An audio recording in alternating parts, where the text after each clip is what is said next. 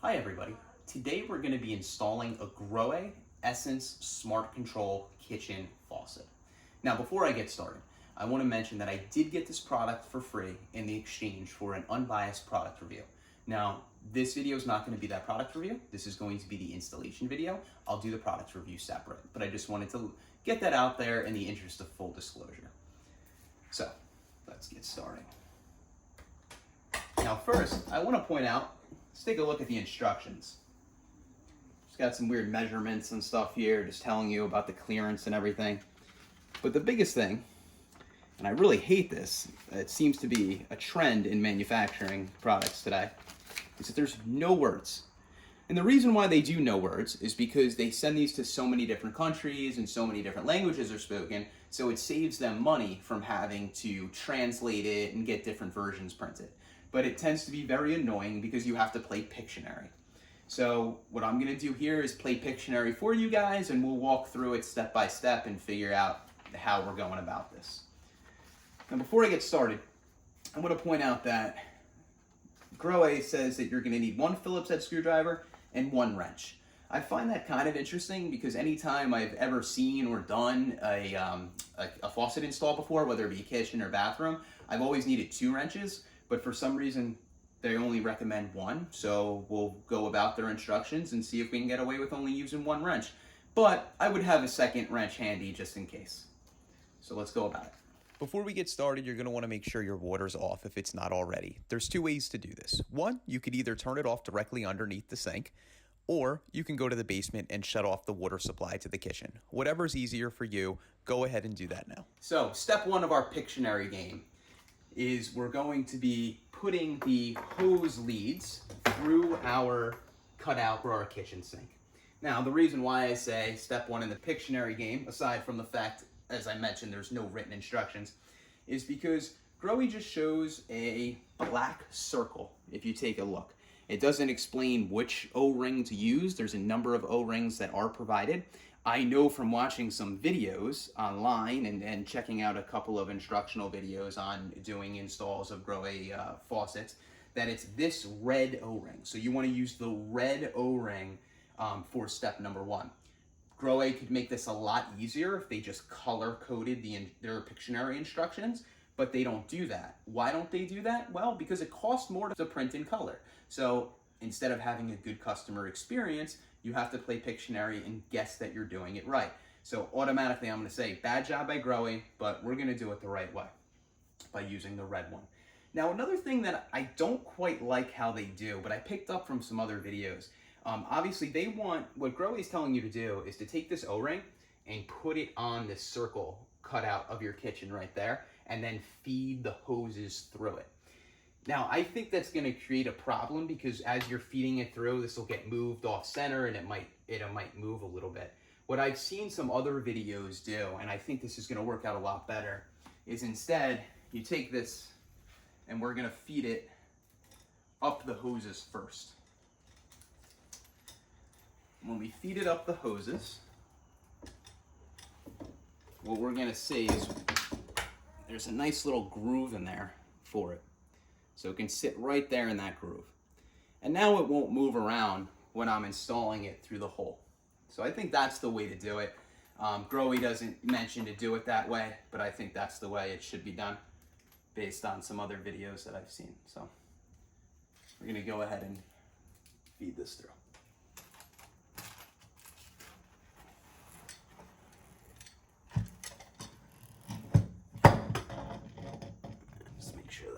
There, much better, straightforward. So that's step one.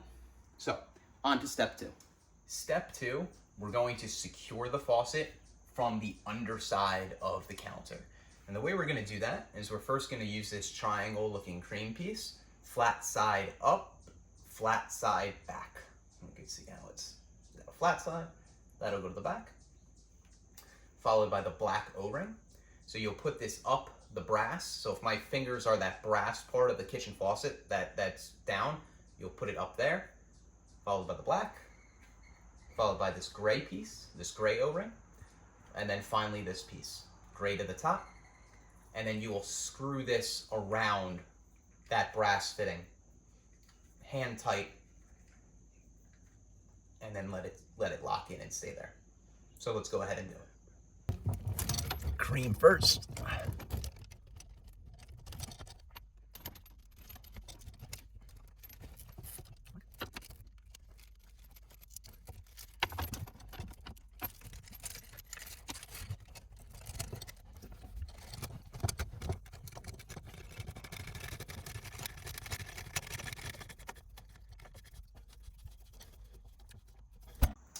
So this part isn't in the instructions, but I think it's pretty important and it shouldn't have been left out. After I hand tightened underneath the bottom of it, what you can see is the center of the faucet has now moved. It's no longer in the center of the sink where it needs to be. So that's why I actually just hand tightened it first. So what I'm gonna do is I'm first going to make this straight. I'm gonna pull that right back. You can see that the GROHE logo should be dead center.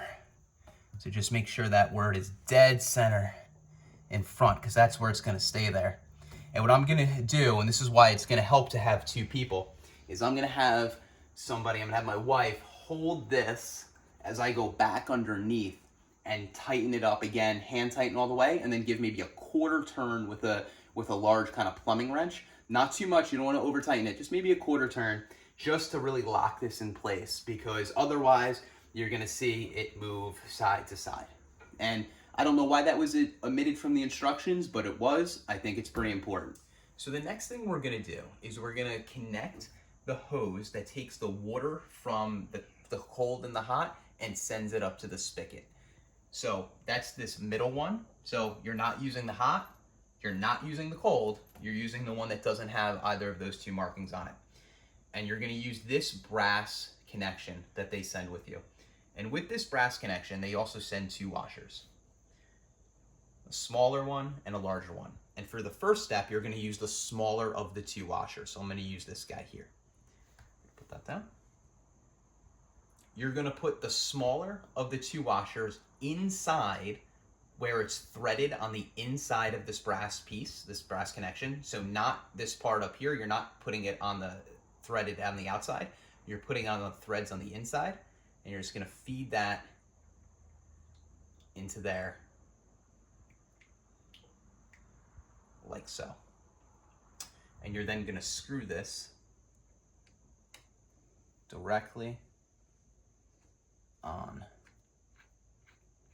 to this.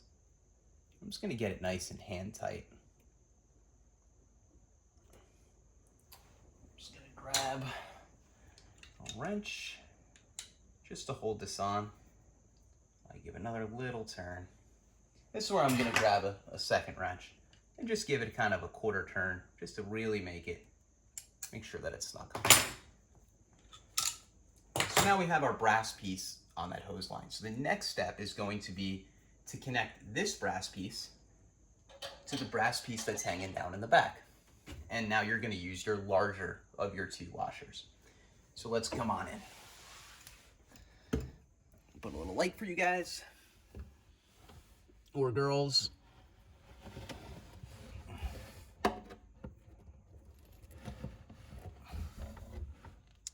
This part's going to go.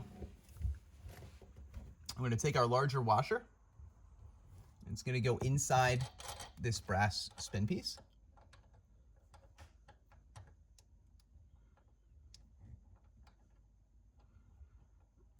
And once it's in there,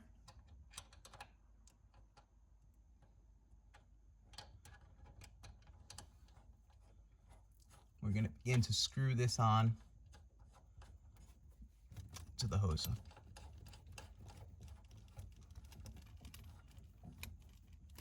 What I'm going to do is I'm going to hand tighten it as much as possible. There we go. It's about as much as I can hand tighten it. And I'm going to grab my two wrenches again, just to go another quarter. This is why I said you really are going to kind of want two wrenches. You hold the base with one, and then you turn with the other. And just about a quarter turn, maybe a half. You don't want it to leak. You also don't want to break it. So now that's connected. The next step is going to be to use these two pieces to put on your water inlets. So it doesn't matter which one's put on hot, which one's put on cold, but you're going to use this side here, the one that started on the inside, and you're going to put that on where your water feeds your water line. It already has the washer inside. The instructions, the Pictionary instructions do show that a washer is being like installed. This one came with the washer already installed, so you didn't have to worry about that. So I'm gonna do both of them. I'm gonna put one on the hot, the other on the cold. I'm gonna hand tighten both of them, and then I'm gonna grab another 2 wrenches and go about another quarter turn to make sure it's really locked in.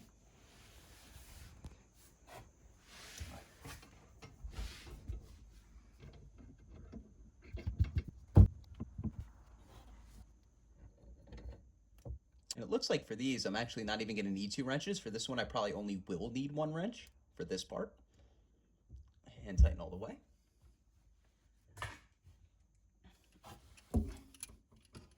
And like I said, just about a quarter turn.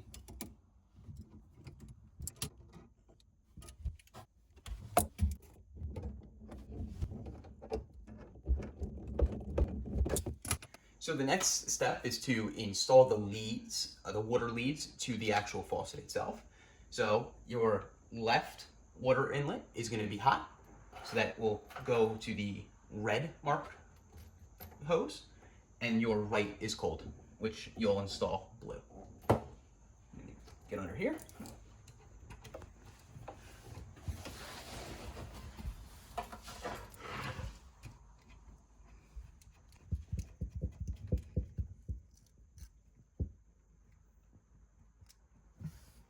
Same thing, I'm just going hand tight for now, and then I'm gonna do a quarter turn with 2 wrenches.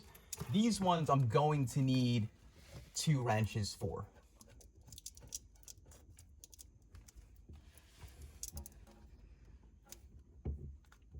All right, so those are now hand tightened. And now I'm gonna grab 2 wrenches. And what you want to do is you want to put 1 wrench here to stabilize it, and then you're going to tighten with the other wrench on the brass fitting.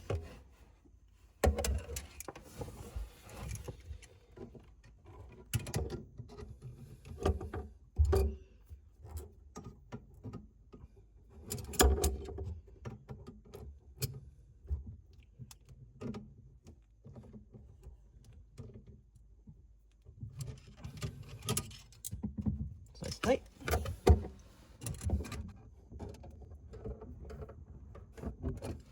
So now what we're going to do is we're going to install the weight.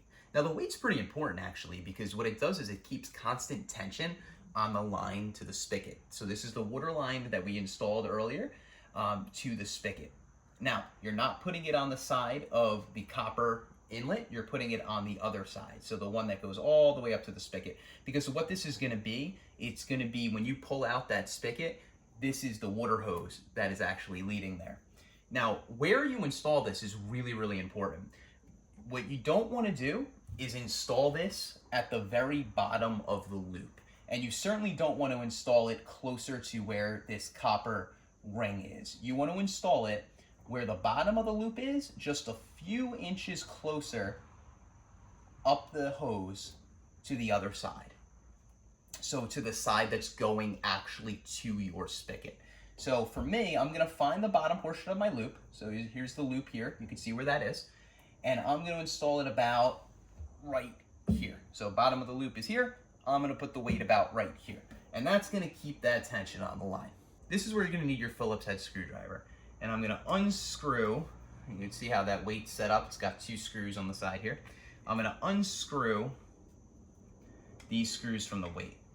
Now, right before shooting this video, I actually uninstalled our old kitchen faucet. And I gotta say the design on our old kitchen faucet was much better because it didn't have these screws. It had kind of like a snap in place. So it made it much easier to uninstall it. And I would imagine much easier to install it as well. So now these screws are undone. Weight comes apart. You can see the groove for the hose. I found where I indicated that I would put the weight. that right there. You'll see where that sits. So right above that end of the loop.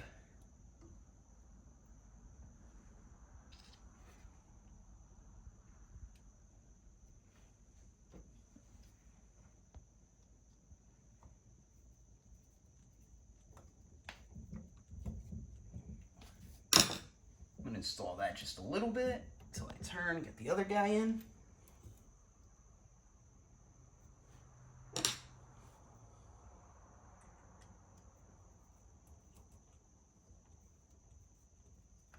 And now I'm gonna tighten them both all the way. Now the weight is installed. Okay, so we just turned the water back on. Now let's see how it works. Push that button in, water is flowing. If I shift this all the way to the right, it should be just hold, and it is. Shift this all the way to the left, and it's getting nice and hot. So the hot's working, the cold's working. We're gonna leave that in the middle for warm water. This should increase water pressure. It did a little bit, not much. Turn it to the left to decrease water pressure. Again, a little bit, not much. I would have expected it to be a little bit more than it did, but I'll save that for the review. We'll go ahead and turn that off. As mentioned, I will be doing a product review, so check that product review out if you want to know whether this product is worth your money. Let me know what you want to see in the comments below. Let me know what you thought of my installation. Like, subscribe, please. If you have any questions, please feel free to reach out. I try to respond to everybody. But aside from that, until next time, thanks so much for watching.